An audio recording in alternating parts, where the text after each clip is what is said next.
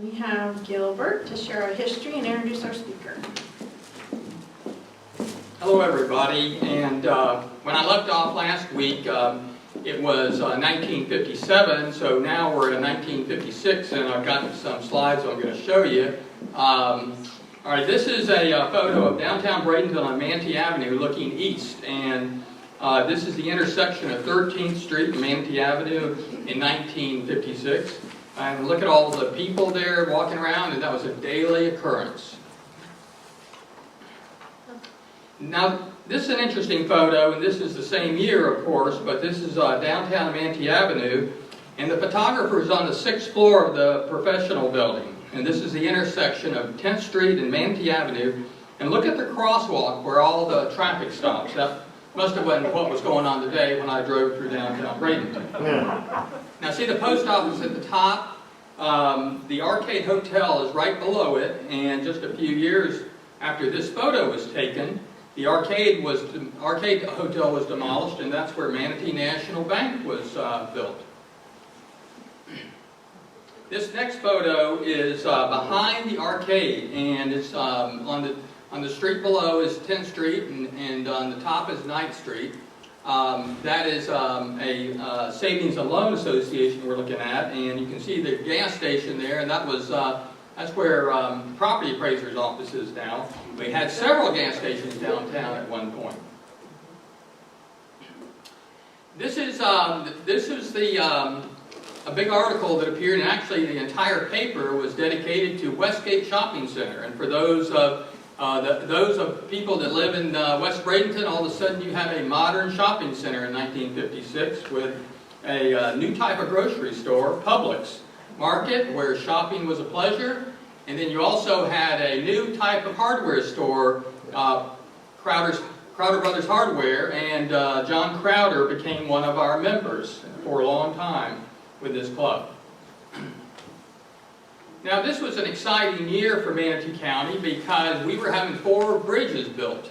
And this is the article on that. There actually showed 3 bridges, but there's the 4th bridge is the bridge that went across Palmasola Bay onto the next to the next island that would then connect to the bridge that went from Manatee Avenue to Anna Maria. There wasn't a bridge before from Anna Maria to Bradenton on Manatee Avenue. The Cortez Bridge was being built in 1956, and then the DeSoto Bridge was being built at that time, and had been a lower type bridge was built. So it was an exciting time, and it was going to solve traffic problems for a while.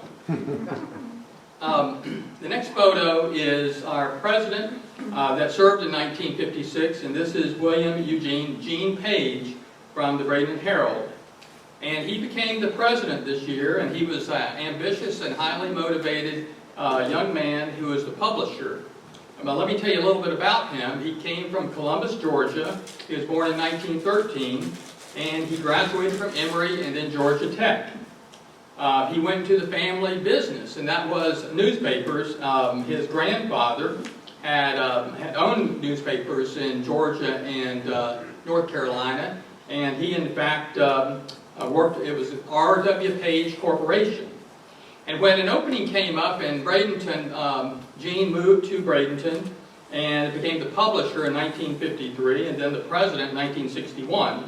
And so between that time and 56, he became president of this club. Now he really made the Bradenton Herald a partner in community activities throughout Manatee County. And he stayed with the organization until 1974 when Knight Ridder bought him out.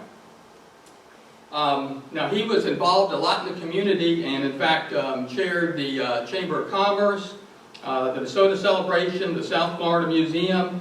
He organized the Committee of 100. He was quite involved, and very impressive to have him as our president. You'll hear more about him in our history because he plays an important role, as the Bradenton Herald covered a lot of our meetings and was involved with us in a lot of activities. The next is an article on the Ladies' Night from 1956, and I just wanted to, I show these copies of the page from the newspaper that are on microfilm, and I'd love to find the originals. Somebody may have those in their attic or somewhere buried into some sort of storage, but I'd love to get those sometime. Now they had an interesting theme for Ladies' Night. It was called TV Spectacular, and so people were playing parts of TV shows, and it was quite entertaining, and they had a great time. Next is, this is John Pope Harley. Now the reason I show him is because in 1956, he becomes the Distinguished Citizen Award. That was the first award that was given by the Manatee River Fair Association. And the reason I show him and want to start this is that because this club has had so many individuals who have been awarded that honor, and the latest, of course, is Judge Tom Gallen, who got it this year. Now, one of the things I've talked about before, and we're going to talk about more next week, is that the club in 1956 voted to build a new clubhouse for the Boys Club on 9th Street, on 9th Street, and it was going to take a year to complete, and we'll talk about that more next week. Now, last week I have been talking about the park that the club put together, and George Smith donated 2.5 acres to near the Bradenton Trailer Park. And this year, in 1956, in October, the club had a ceremony, and they dedicated that park to the city of Bradenton. And it was hoped that the residents of the trailer park and the community would enjoy that for years to come. We're going to learn more about that later, because that's not a park anymore, but I'll tell you about that later. And then the park, and then the club also sells 4 acres behind the trailer park to a organization called Presbyterian Church for Retirement Home that became Westminster Manor, that a lot of us know a lot about. So by the end of the year, we had a really good turnout of new members, 13 new members, with a couple of young people that you're going to hear a lot more about, and that's a young realtor by the name of Dan Blaylock Jr. and a young physician by the name of Dr. Albert K. Simkus.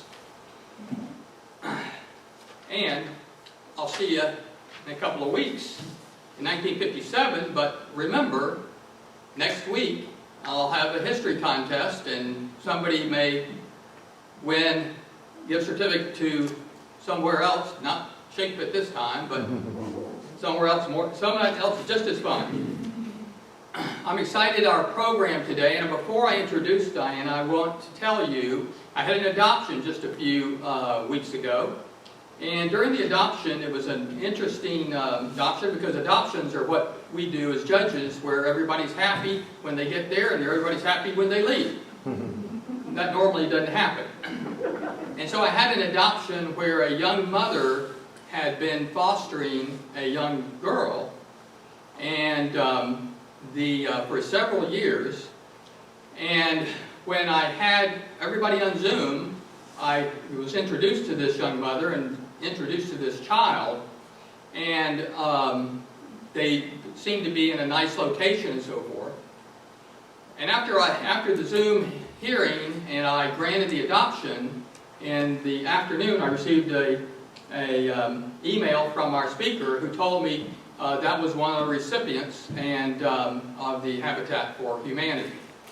And it brought back something to me, because that young mother would not have qualified, would not have been approved under a case plan or a home study to even be able to adopt a child unless she had a home.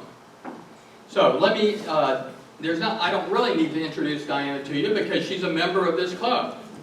And she's the CEO of Manatee Habitat for Humanity and has worked there for 10 years as the CEO. Before that, she was the family service manager for Habitat. And prior to that, she actually was in an organization I'm familiar with because of my church, and that's Family Promise, Manatee County, a nonprofit organization providing shelter and resources to homeless families. She's been the chair of Leadership Manatee. She's been a graduate of Leadership Manatee. She was the chair of the Manatee County Affordable Housing Task Force, and she's a graduate of Columbia University, and she has over 25 years of experience in community and educational programs for development and services in communities. So please join me in welcoming Diana to us as our member.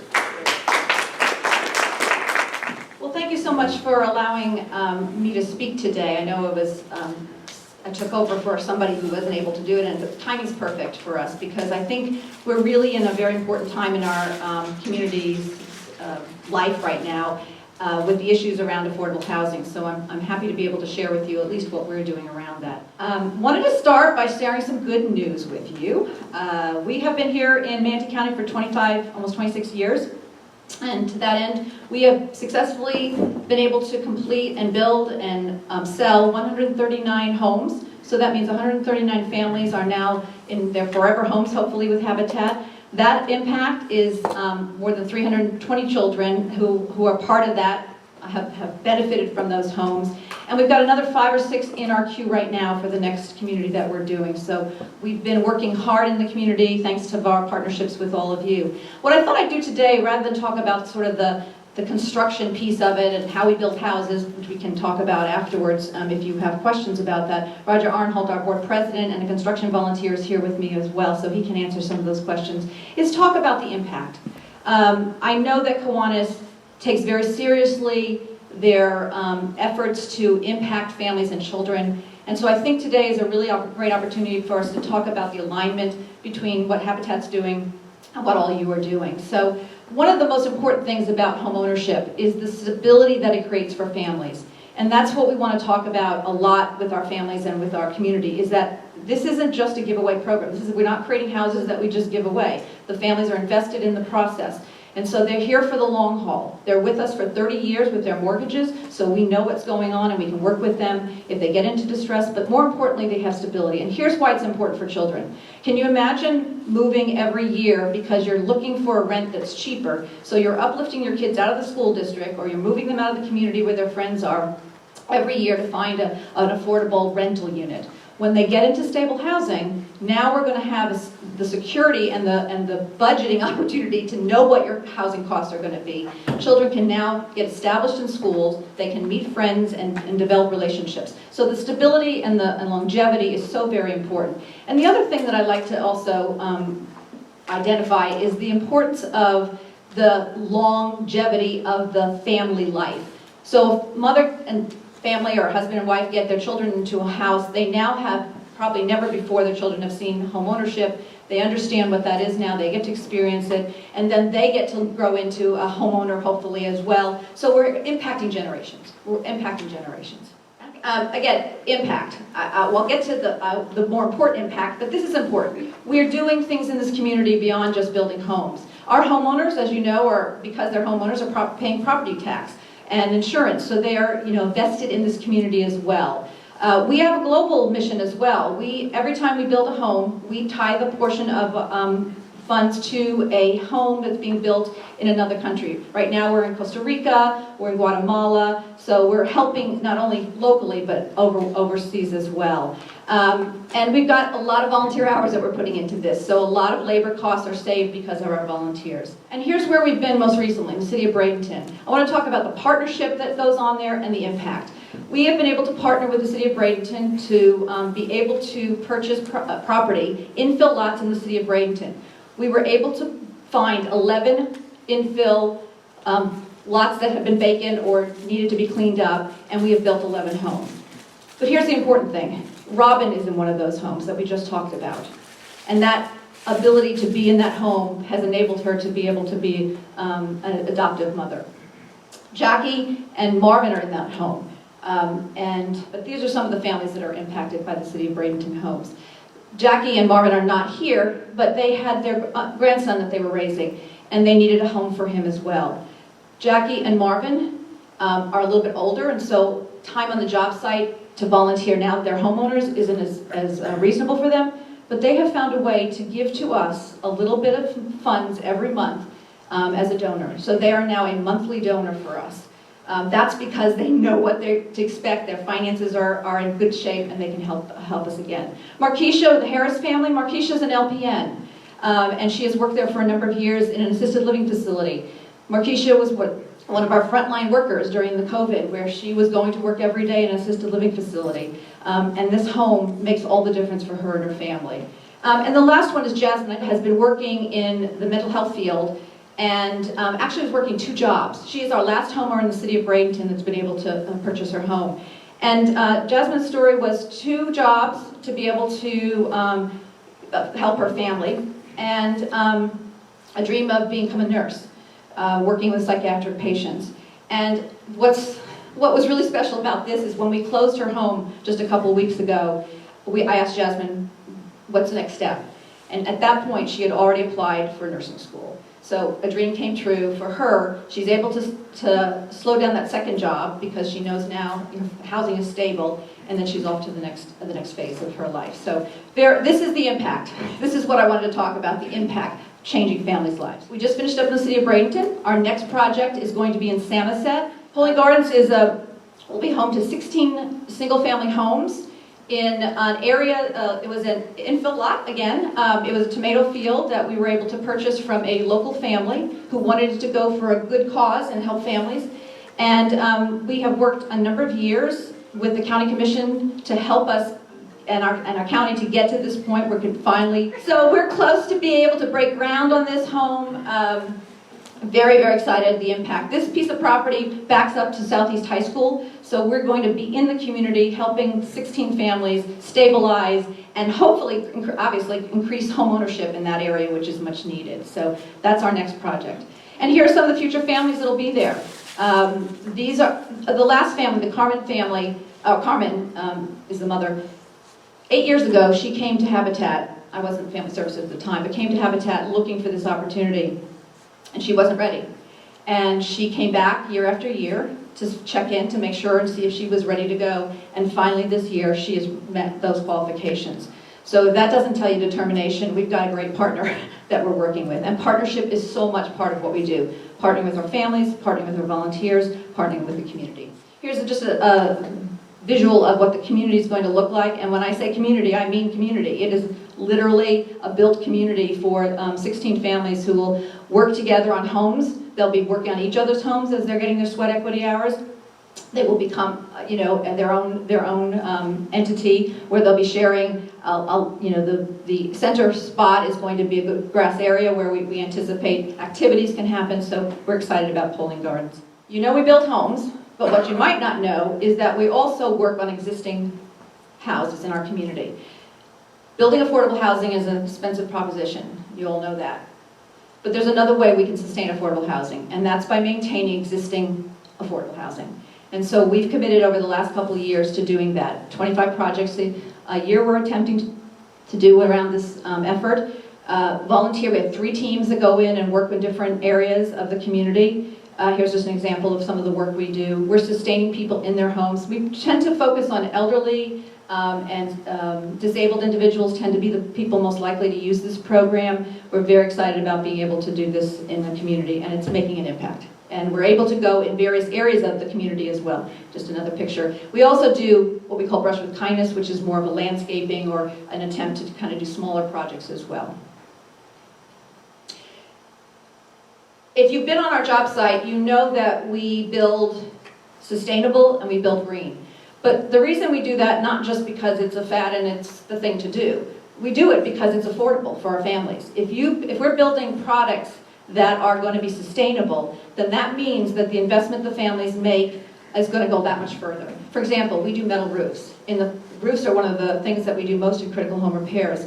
And if we don't have to, if that family doesn't have to replace a roof in 10 years, but we got 30 years on a roof, that means that that disposable income is going to go to things that they need for their family and not to a roof, which is understandable. So water heaters, solar water heaters, the kinds of things that keep the house efficient, that means utilities are down.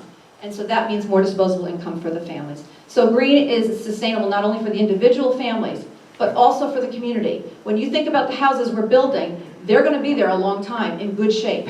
And that's important for our community to have houses that don't go into disrepair, which we then have to later on repair.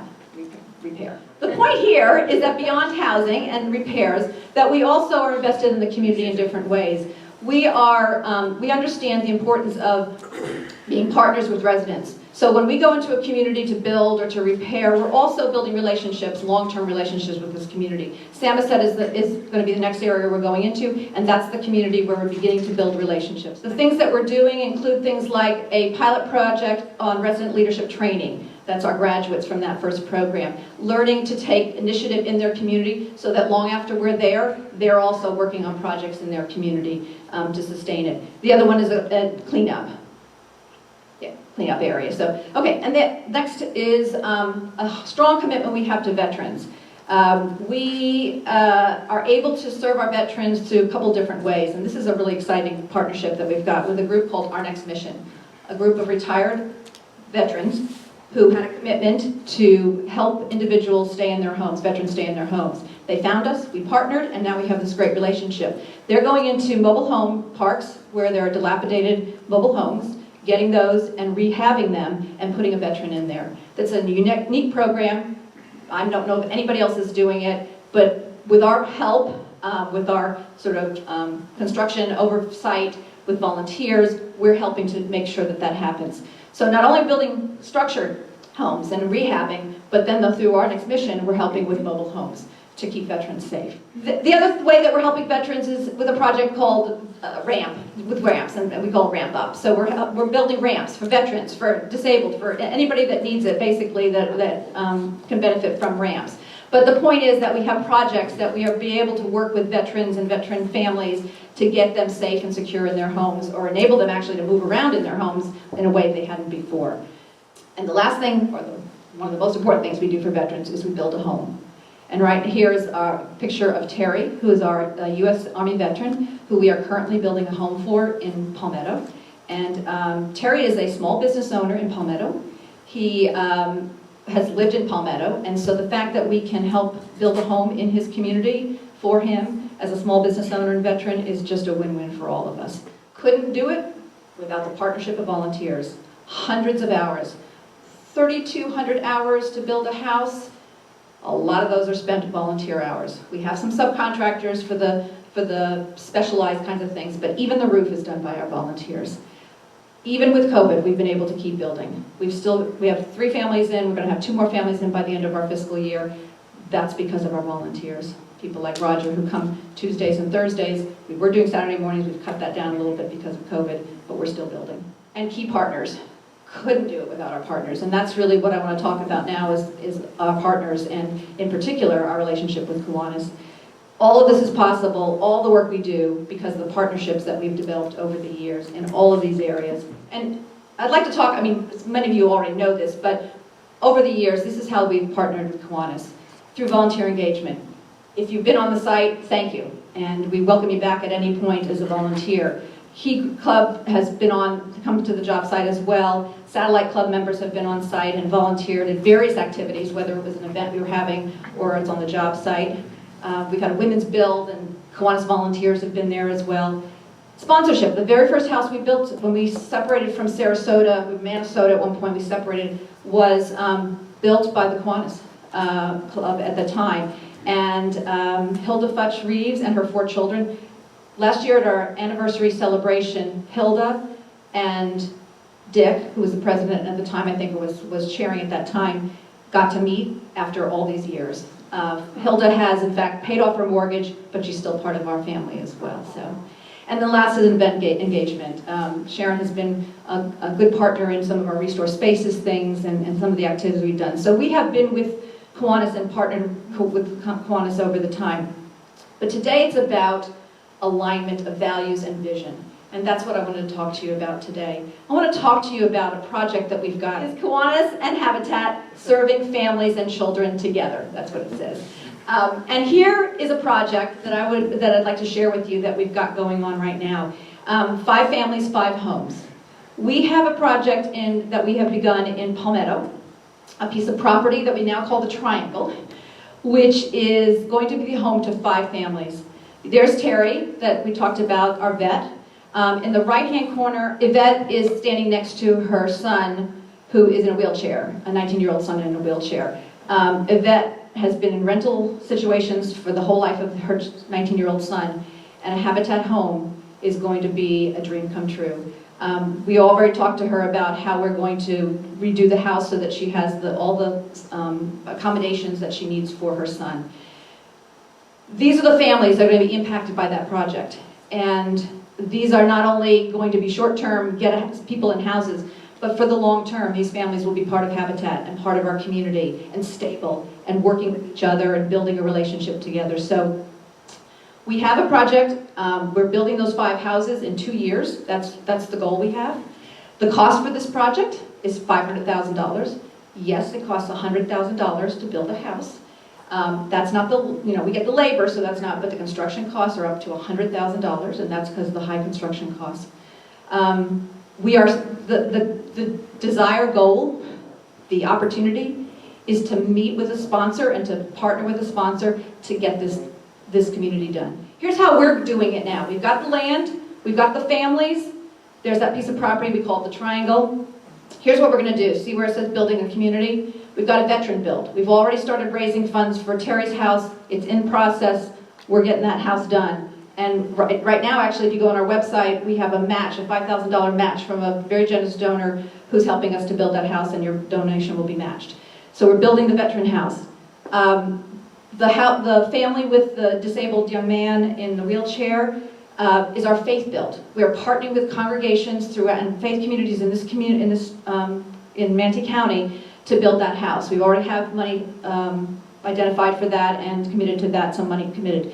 The showcase house. We are going to be doing, when I talked about green and sustainable, we're going to be doing our first small home, a 1-bedroom home. We built 2, we built 3, we built 4, but we've never built a 1-bedroom home. We're going to try something new, and it's going to be in this community. So it's a showcase project for us. And we will be showcasing it before the family moves in. And then we're also going to do a 4-bedroom and a 3-bedroom. Here's what I think. I think Kiwanis has a heart and a vision for making an impact long term. And I'd like to encourage and to Kiwanis to consider partnering with us in this community so that we can make an impact long term for the years to come for these families. How we'll do it is that there will be home sponsorships, there would be volunteer opportunities, there will be opportunities for new membership recruitment using the site. We'll have the families here. You'll get to hear how they're doing over the 2 years that we're building. And finally, this is a sponsorship and a key sponsorship. So this is what I wanted to present to you today about the impact that we share and the difference that we can make in this community together. And I thank you so much for the opportunity to share our vision with you and to look for ways that we can continue to partner with you in the future. Thank you so much.